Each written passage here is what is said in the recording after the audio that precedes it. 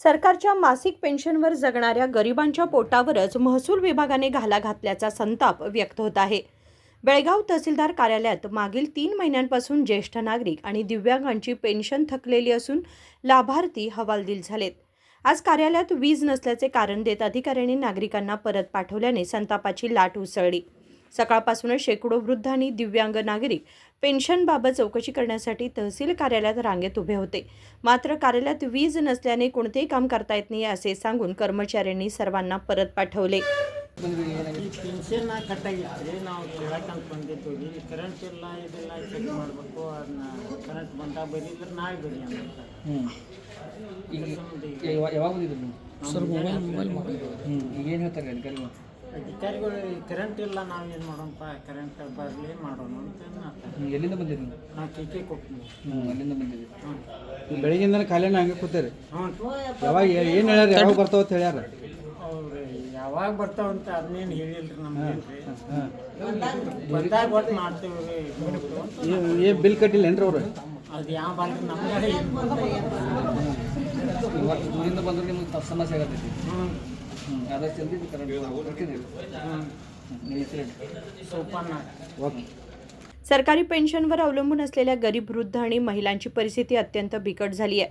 कार्यालयाच्या आवारात अश्रू ढाळणाऱ्या एका महिलेने सांगितले की आम्हाला कमावून देणारे कोणी नाही, सरकारच्या पेन्शनवरच आमचे जीवन चालते.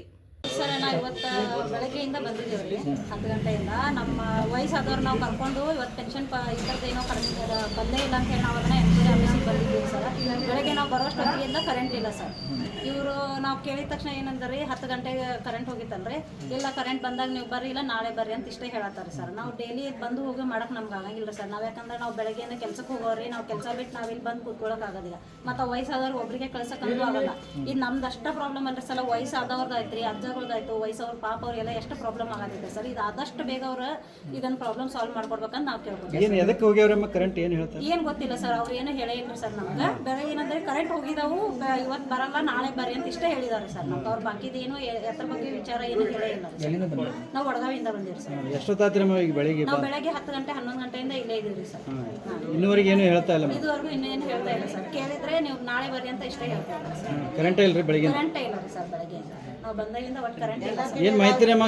ಏನು ಕರೆಂಟ್ ಬಿಲ್ ತುಂಬಿಲ್ಲ ಅದಕ್ಕೆ ಕಟ್ ಮಾಡ್ಯಾರ ಅಂತ ಹೇಳ್ತಾರೆ. ಅನ್ನೋ ಒಂದು ಮಾಹಿತಿ ಇಷ್ಟ ಇವಾಗ ಗೊತ್ತಾಯ್ತು ಸರ್ ನಮ್ಗೆ. ಫೀಸ್ ಏನೋ ತಗೊಂಡು ಹೋಗಿದಾರೆ ಅಂತ ಇವಾಗ ಗೊತ್ತಾಗಿದೆ ಅಷ್ಟೇ. ಬಿಲ್ ಕಟ್ಟಿಲ್ಲ ಅಂತ? ಬಿಲ್ ಕಟ್ಟಿಲ್ಲ ಅಂತ ಫೀಸ್ ತಗೊಂಡು ಹೋಗಿದ್ದಾರೆ ಇಷ್ಟ ಸರ್. ಬಾಕಿ ಏನು ಗೊತ್ತಿಲ್ಲ ಸರ್. ನಮ್ಮ ಹೆಸರು ಲಕ್ಷ್ಮಿ. अधिकाऱ्यांकडे मानवताच उरलेली नाही अशी तीव्र नाराजी दिव्यांग लाभार्थ्यांनी व्यक्त केली. विनोद कोलकार, KMM मराठी, बेळगाव.